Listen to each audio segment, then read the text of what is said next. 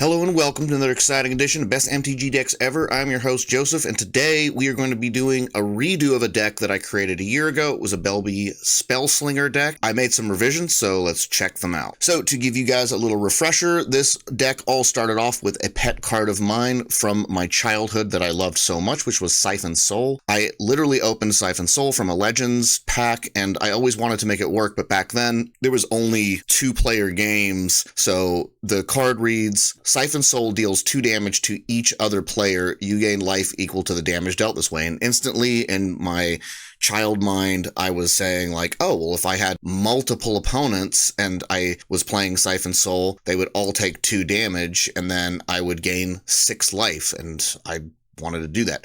I also loved Golgari colors, and it just so happens that one of the best commanders that works with that was Belbe, because at the beginning of each player's post-combat main phase, that player adds 2 colorless mana for each of your opponents who lost life this turn. So you cast Siphon Soul, your 3 opponents take 2 damage each, we gain 6 life, and then we get 6 colorless mana. Works great. Now, I made a bunch of updates to this deck from my old one. I'll post a link to the old video if you guys want to check that out, but this one is the new hotness and it has a bunch of new cards. So let's go look in the primer where I have everything nice and organized. So here we go. We have 2 win cons. These are hard win cons. We've got Witherbloom Apprentice and Chain Smog and Professor Onyx and Chain Smog.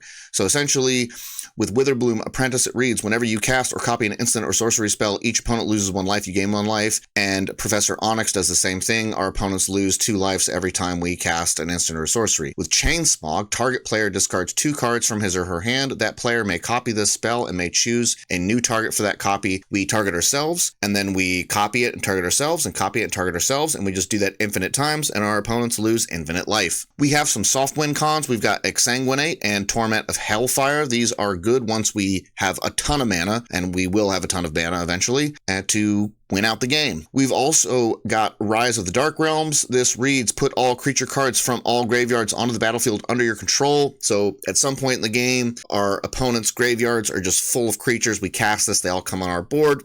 Go to attack. We've got some value combos here. So we cast Reshape the Earth. Reshape the Earth reads, search your library for up to 10 land cards, put them onto the battlefield tapped, then shuffle your library. So what we would want to do is make sure that we get Urborg, Cabal Coffers, and Vesuva, and we want Vesuva to come out last, and Vesuva would copy Cabal Coffers, so we would have 2 of these, which makes a ton of mana. Also, as a side note, we can grab any fetch lands with this, bring them out onto the board, and as soon as we untap on our next turn, and then we crack them all, and we go into our deck and thin out our deck even more of lands. Crop rotation, we want to use it to probably get Cabal Coffers, Urborg, Tome of Yawgmoth, or Reliquary Tower. When we have a lot of mana, we can use Diabolic Revelation to do a mass tutor for a ton of cards, or a Dregs of Sorrow, which is really nice because we can destroy non-black creatures and then also draw cards. We are running a ton of draw spells. One thing to note is that a lot of these draw spells do cost life. So like Ambition's cost says draw 3 cards, you lose 3 life. And there might be a point in the game where we're starting to lose life. So at that point, we might want to tutor for an Exsanguinate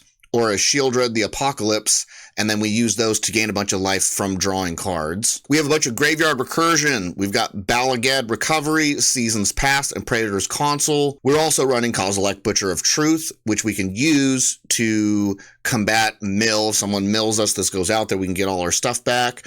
Or we can just use it to simply recur the entire graveyard at some point in time. Did someone say tutors?